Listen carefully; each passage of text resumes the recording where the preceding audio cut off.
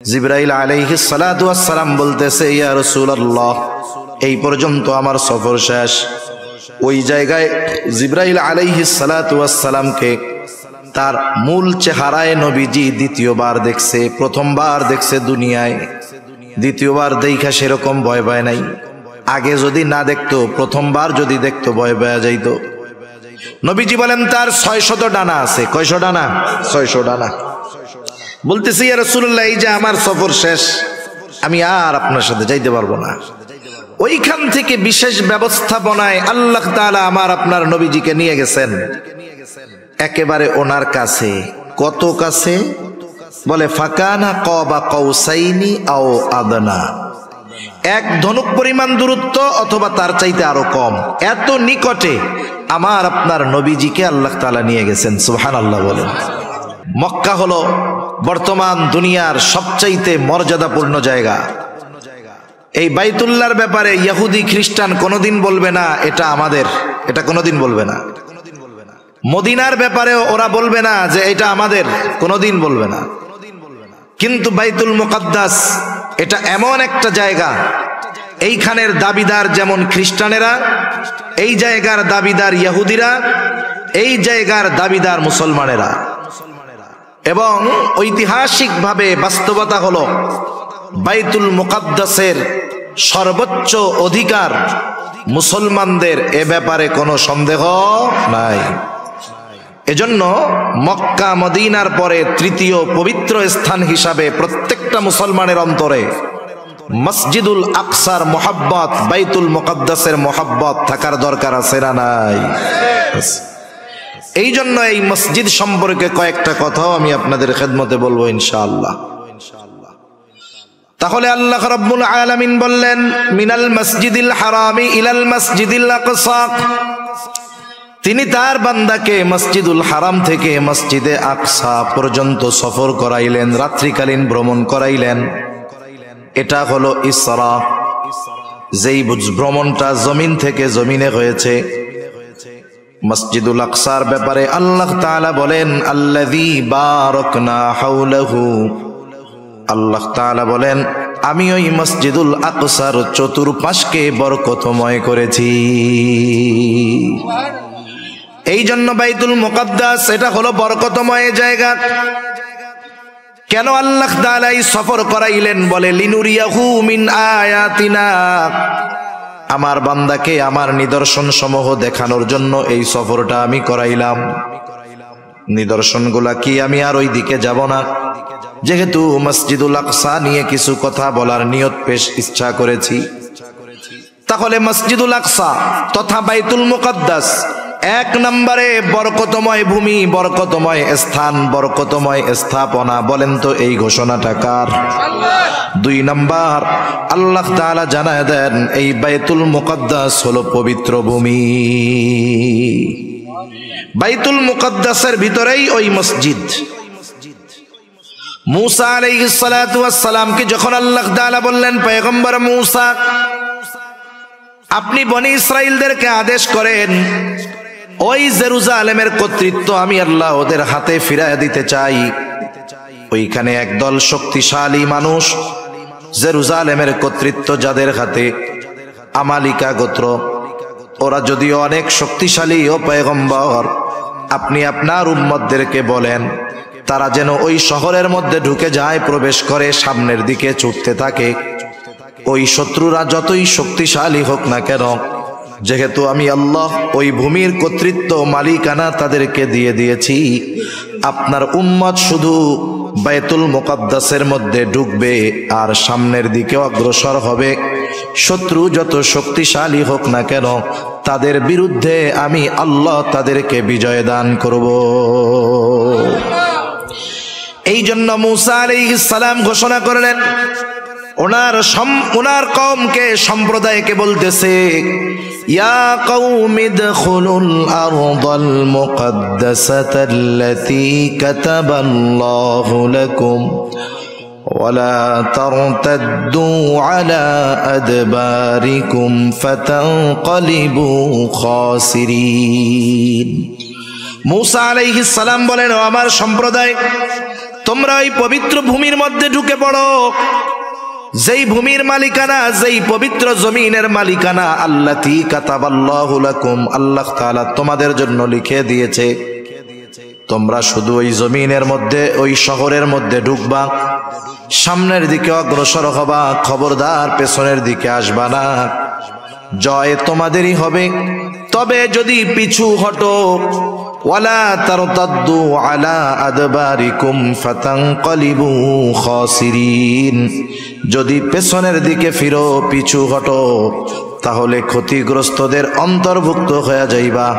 আর যদি সামনের দিকে ছুটতে থাকো, ওই পবিত্র জমিনের মালিকানা তোমাদেরকে দিয়ে দিবে। আল্লাহ তাআলা কোরআনুল কারীমে জানায়া দিলেন এই জমিনটা হলো পবিত্র জমিন, পবিত্র ভূমি। 3 নাম্বার, এই মসজিদের অন্যতম তথা বাইতুল মুকদ্দাসের অন্যতম বৈশিষ্ট্য হলো এটা মুসলমানদের প্রথম কিবলা।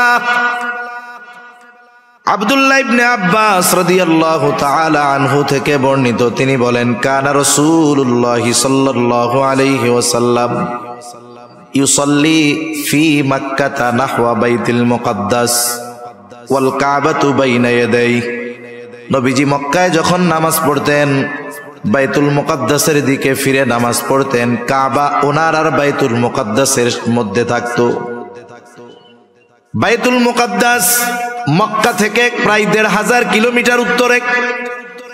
নবীজি যখন উত্তর দিকে ফিরতেন, সামনে কাবা থাকতো, এরপরে বাইতুল মুকদ্দাস থাকতো। তার মানে নবী দক্ষিণ দিকে দাঁড়িয়ে কাবাকে সামনে নিয়ে উত্তর দিকে মুখ করে দাঁড়াইতেন।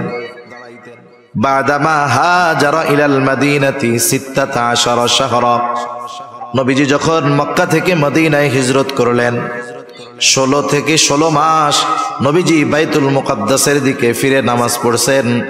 কারণ বাইতুল মুকদ্দাস উত্তর দিকে, মক্কা থেকে মদিনাও উত্তর দিকে। নবীজি মক্কায় থেকে যখন বাইতুল মুকদ্দাসের দিকে ফিরতেন, কাবাকে সামনে রাখতে পারতেন, কিন্তু মদিনা থেকে যখন বাইতুল মুকদ্দাসের দিকে ফিরে নামাজ পড়লেন, ওই সময় কাবা সামনে নয় বরং পেছনে পড়ে গেল। ১৬ মাস নবীজি নামাজ পড়ছে। কয় মাস? ১৬ মাস। নবীজি মদিনায় হিজরত করে যাওয়ার পরে, গরম পানিটা আছে না, একটু পানি দিয়েন, গলা ব্যথাচ্ছে। নবীজি মদিনায় হিজরত করে যাওয়ার পরে মদিনায় ইহুদিদের প্রভাব ছিল, প্রভাব শেষ। নবীজিও বুঝতে পারছে ইহুদিদের প্রভাব প্রতিপত্তি শেষ। নবীজির অন্তরে তো এমনিই আশা যে কাবা যদি মুসলমানদের জন্য কিবলা হইতো কতই না ভালো হইতো। নবীজি একদিন নামাজ পড়তেছেন,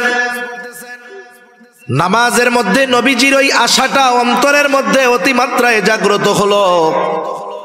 নামাজ পড়েন আর আকাশের দিকে নবীজি তাকান, মনের মধ্যে কি চায়, কোন আশা নিয়ে নবীজি আকাশের দিকে তাকায় বলেন তো? দুনিয়ার কেউ জানুক আর না জানুক, বুঝুক আর না বুঝুক, যিনি জানেন, যিনি বোঝেন, তিনি কে?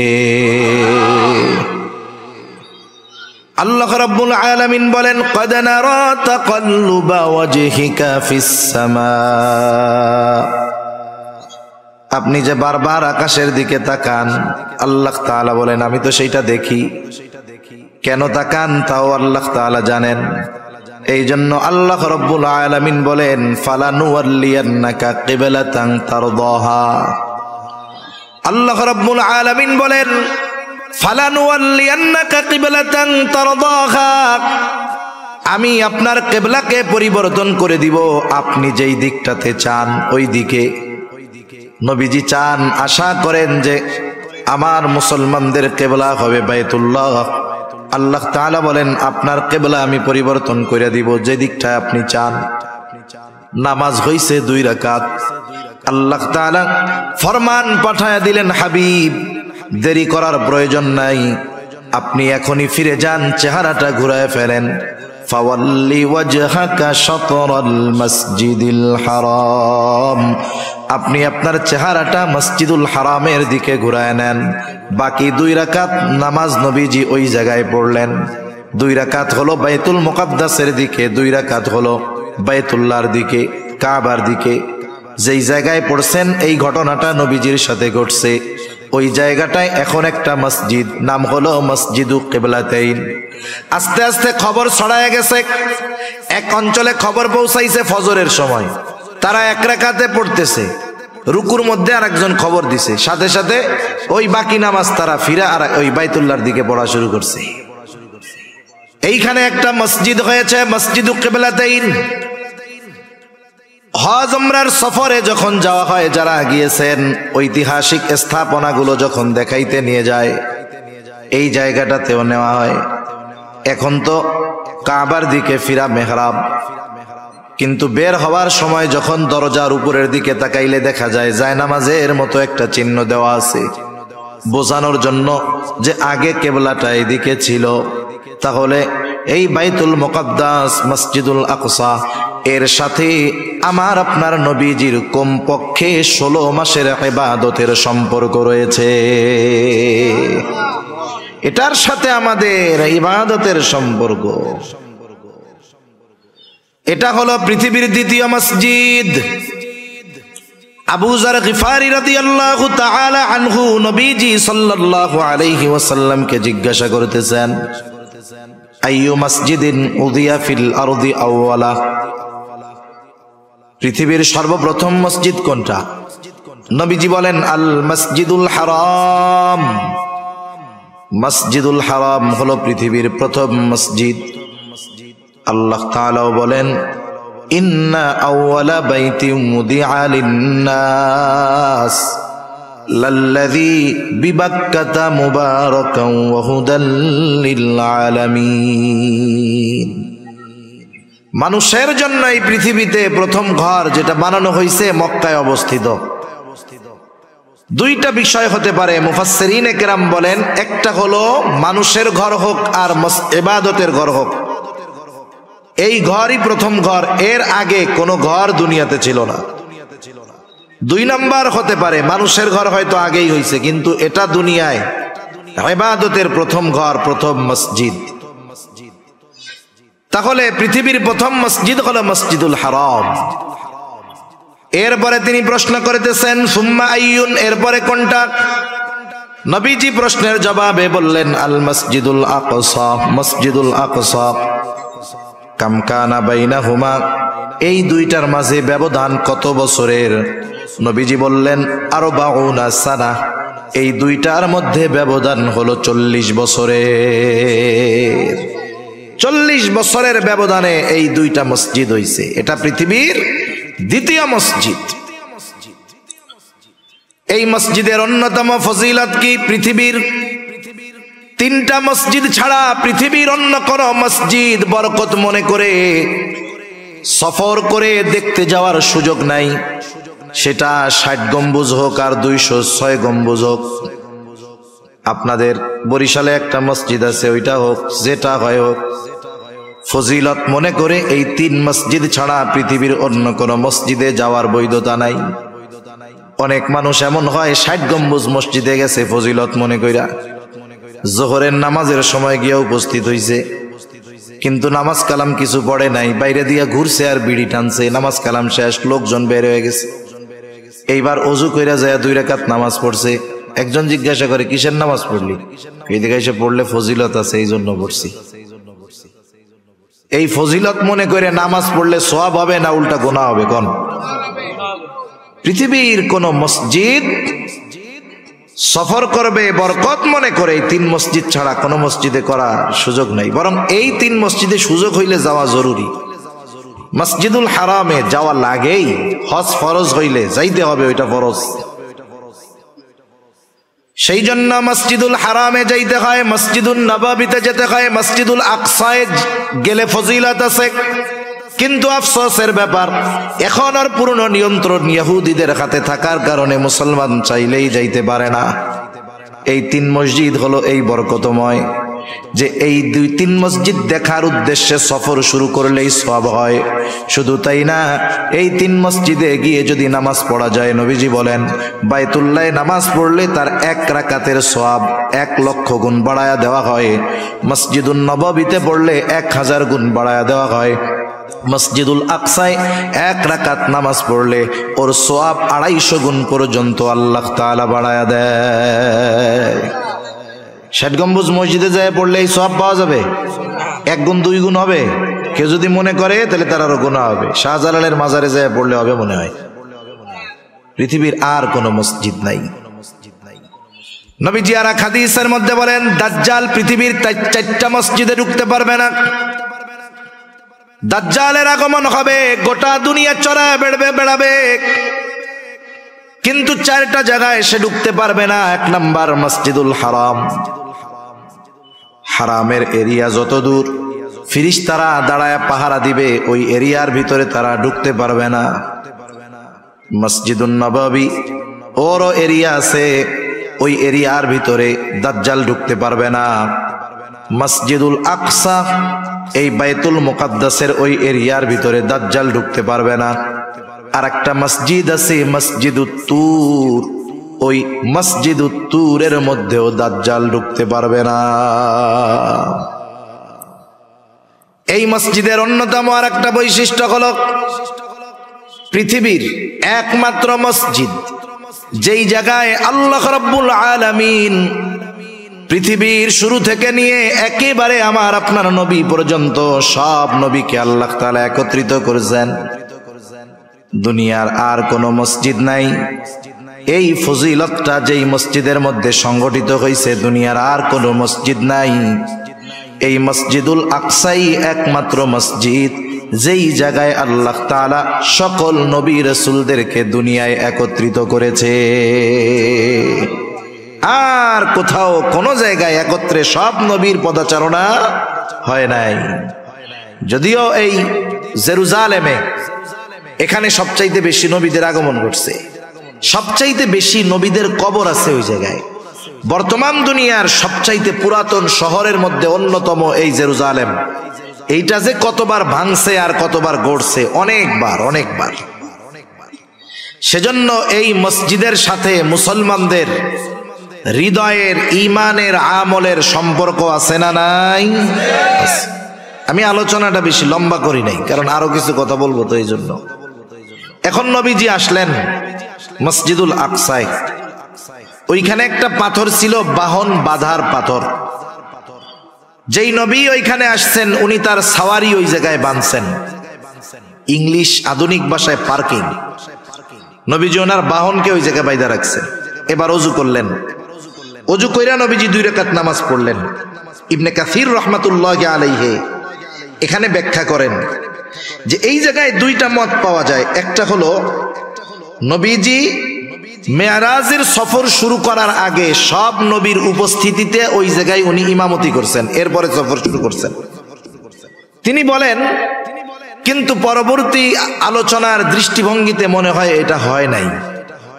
কিভাবে হইছে? সকল নবীর উপস্থিতিতে নবীজি ইমামতি করেছেন এটা ফেরার সময়। যাওয়ার সময় যদি ইমামতি করতেন তাহলে প্রত্যেক আসমানে যখন উঠছেন জিব্রাইল প্রত্যেক নবীর সাথে পরিচয় করায়া দিছে, তাহলে পরিচয় তো আগেই হয়ে গেছে, নতুন করে করায়া দেওয়ার দরকার কি ছিল? কথা বুঝেন নাই? এজন্য উনি বলতেছেন যে নবীজি ওইখানে গিয়ে 2 রাকাত নামাজ পড়লেন, এরপরে সফর শুরু হবে, ঊর্ধ্ব আকাশে সফর, মেরাজের সফর। মেরাজ অর্থ সিঁড়ি। এখানে বিশেষ সিঁড়ির মাধ্যমে আল্লাহ তাআলা আমার আপনার নবীজিকে জিবরাইল আলাইহিস সালামের সাথে সফর শুরু করাইছেন। রাসূলুল্লাহ সাল্লাল্লাহু আলাইহি ওয়াসাল্লামকে নিয়ে জিবরাইল আলাইহিস সালাতু ওয়াস সালাম সফর শুরু করে দিলেন। মনে রাখবেন, কাফের মুশরিকেরা এই ধরনের ওয়াজ নসিহত শোনে, ওরাও শোনে, কিন্তু সমালোচনা করার জন্য, ভুল ধরার জন্য, মুসলমানদেরকে তিরস্কার করার জন্য শুনে। রাসূলুল্লাহ সাল্লাল্লাহু আলাইহি ওয়াসাল্লাম প্রথম আসমানের দরজার কাছে পৌঁছায় গেল। দরজায় আওয়াজ করলো জিবরিল। কে? বলে আমি জিবরিল। সাথে কে? বলে মুহাম্মাদুর রাসূলুল্লাহ সাল্লাল্লাহু আলাইহি ওয়াসাল্লাম। ওনাকে নিয়ে যাওয়ার অনুমতি দেওয়া হয়েছে। এইবার ফেরেশতারা নবীজিকে সালাম বিনিময় করলেন, অভিবাদন জানাইলেন। প্রথম আসমানে নবীজির সাথে দেখা হলো হযরত আদম আলাইহিস সালাতু ওয়াস সালামের। জিবরাইল আলাইহিস সালাম পরিচয় করায়া দিলেন। আদম আলাইহিস সালাম নবীজিকে দোয়া করলেন। সফর শুরু হলো দ্বিতীয় আকাশের। ওইখানে ফেরেশতারা দরজা খুলে দিল, অভিবাদন জানালো। দ্বিতীয় আসমানে ঈসা ইয়াহইয়া আলাইহিস সালাম এনরা পরস্পর হলেন খালাতো ভাই। ওনাদের সাথে দেখা হলো, পরিচয় করায়া দিলেন জিবরাইল আলাইহিস সালাম। উভয়ের সাথে কথোপকথনের পর তৃতীয় আসমানের দিকে সফর শুরু হয়ে গেল। এইবার তৃতীয় আসমানে ফেরেশতারা দরজা খুলল, অভিবাদন জানাইল, স্বাগতম জানাইল। তৃতীয় আসমানে রাসূল আকরাম সাল্লাল্লাহু আলাইহি ওয়াসাল্লামের সাথে দেখা হলো ইউসুফ আলাইহিস সালামের। জিবরাইল আলাইহিস সালাম পরিচয় করায়া দিলেন। নবীজি দুনিয়ায় আইসা ইউসুফ আলাইহিস সালামের সৌন্দর্যের বর্ণনাও করেছেন। এইবার শুরু হয়ে গেল চতুর্থ আসমানের সফর। চতুর্থ আসমানের দরজা খুলে দেওয়া হলো, ফেরেশতারা নবীজিকে অভিবাদন জানাইলেন। এরপরে চতুর্থ আসমানে দেখা হয়ে গেল ইদ্রিস আলাইহিস সালামের সাথে। জিবরাইল আলাইহিস সালাম পরিচয় করায়া দিলেন। ইদ্রিস আলাইহিস সালাম অন্যান্য নবীদের মতো দোয়া করলেন। সফর শুরু হয়ে গেল পঞ্চম আসমানের। দরজা খুলে দেওয়া হলো, ফেরেশতারা নবীজিকে অভিবাদন জানাইলেন। পঞ্চম আসমানে গিয়ে সাক্ষাৎ হলো মূসা হারুন আলাইহিস সালামের সাথে। হারুন আলাইহিস সালাতু ওয়াস সালাম তার সাথে পরিচয় হলো, দোয়া কইরা দিলেন। এইবার সফর শুরু হয়ে গেল ষষ্ঠ আকাশের। আকাশের দরজা খোলা হলো। ষষ্ঠ আকাশে মূসা আলাইহিস সালামের সাথে দেখা হলো। জিবরাইল আলাইহিস সালাতু ওয়াস সালাম পরিচয় করায়া দিলেন। এইবার সপ্ত আকাশের দিকে নবীজিকে নিয়ে জিবরাইল আলাইহিস সালাম রওনা হয়ে গেলেন। সপ্ত আকাশের দরজা খুলে দেওয়া হলো, ফেরেশতারা অভিবাদন জানাইল। সপ্ত আসমানেই আছে বাইতুল মামুর, একেবারে আমাদের দুনিয়ার বাইতুল্লাহ যেই জায়গায়, ওই বরাবর সোজা সপ্ত আকাশের উপরে একটা মসজিদ আছে। ওই মসজিদের নাম হলো বাইতুল মামুর। ওইখানে ইব্রাহিম আলাইহিস সালাম দেয়ালের সাথে হেলান দিয়া বসে আছেন। ওইখানে ইব্রাহিম আলাইহিস সালামের সাথে রাসূলুল্লাহ সাল্লাল্লাহু আলাইহি ওয়াসাল্লামকে জিবরাইল আলাইহিস সালাম পরিচয় করায় দিলেন।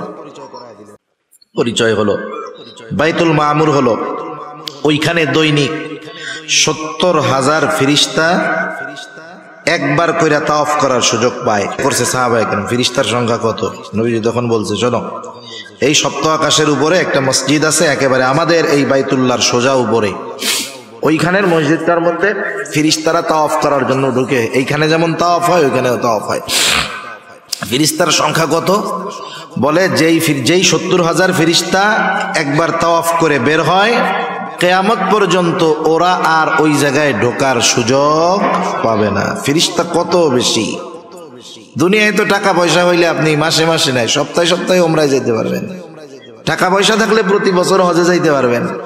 কিন্তু বাইতুল মামুরে যেই ফেরেশতা একবার তাওয়াফ কইরা বেরোইছে, তার পুনরায় কিয়ামতের আগে ওইখানে প্রবেশ করার কোনো সুযোগ থাকবে না। এরপরে সফর শুরু হয়ে গেল।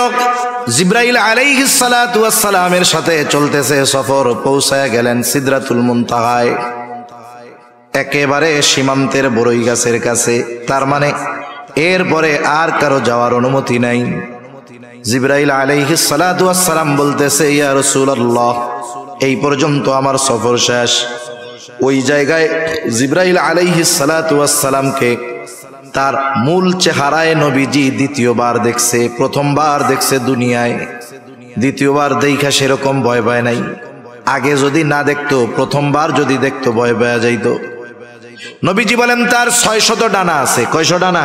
৬০০ ডানা। বলতেছি, ইয়া রাসূলুল্লাহ, এই যে আমার সফর শেষ, আমি আর আপনার সাথে যাইতে পারবো না।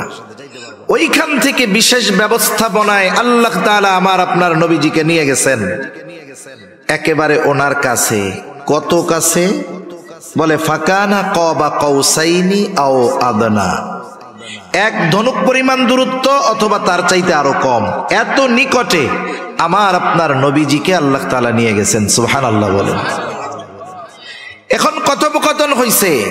নবীজি ওইখানে গিয়েও উম্মতের কথা বলেন নাই। সর্বশেষ আল্লাহ তাআলার পক্ষ থেকে নবীজিকে 50 ওয়াক্ত নামাজ হাদিয়া দেওয়া হয়েছে। উম্মতের জন্য। কয় ওয়াক্ত? 50 ওয়াক্ত। মনে রাখবেন, এই মেরাজ থেকে তথা এই নামাজের হুকুম, নামাজ আল্লাহ তাআলার হাদিয়া। আল্লাহ তাআলা আমার আপনার নবীকে আরশে আজিমে নিয়ে আমাদের জন্য এই নামাজকে হাদিয়া দিছে। সুবহানাল্লাহ বলেন। এজন্য নামাজ হলো এমন একটা ইবাদত, যখন বান্দা নামাজের মধ্যে যায় তখন স্বয়ং আল্লাহ তাআলার সাথে কথোপকথনে লিপ্ত হয়। কিন্তু আফসোসের ব্যাপার, আমরা মেরাজের ঘটনা গল্প শুনতে খুব ভালো লাগে। ইমাম সাহেবরা কয়দিন পরে অস্থির হয়ে যাবে, বাড়ির থেকে মহিলারা শুধু পোলা বান্ডে পাঠাবে, হুজুর মেরাজের রোজা কবে? মেরাজের রোজা কয়টা রাখতে হয়? হুজুর হুজুর ওই মেরাজের নামাজ জানি কোন কোন সূরা দিয়ে পড়তে হয় হুজুর। অথচ মেরাজ যে কয় তারিখে হইছে এর নির্দিষ্ট একটা হাদিস কেউ দেখাতে পারবে না। মূল বিষয়টা হলো মেরাজ থেকে নবীজি কি শিক্ষা নিয়ে আসলেন সেটাকে ধারণ করার দরকার ছিল। আমরা মূলত ওইটার দ্বারের কাছেও নাই। নবীজি আল্লাহ তাআলার হাদিয়া নিয়ে রওনা হলেন। এইবার মুসা আলাইহিস সালাতু ওয়াস সালামের সাথে যাওয়ার সময় সাক্ষাৎ। মুসা আলাইহিস সালাম বলেন, আল্লাহর কাছে গেলেন, কি দিছে আপনার উম্মতের জন্য? বলে 50 ওয়াক্ত নামাজ। বলে আপনি আল্লাহর কাছে গিয়ে দরখাস্ত করেন, আপনার উম্মত এটা পালন করতে পারবে না, আপনি যান। নবীজি গিয়া বললেন, আল্লাহ আমার উম্মতের জন্য কষ্টসাধ্য হয়ে যাবে। বলে দিল 10 কমায়া আল্লাহ। আল্লাহ তাআলা 10 রাকাত কমায়া দিলেন, থাকলো 40। আবার আসছে, কি হইছে? কয় 40 ওয়াক্ত। বলে আবার যান। আল্লাহ তাআলার কাছে নবীজি আবার ফরিয়াদ করলেন, কমায়া দেওয়া হলো আরো 10, 30।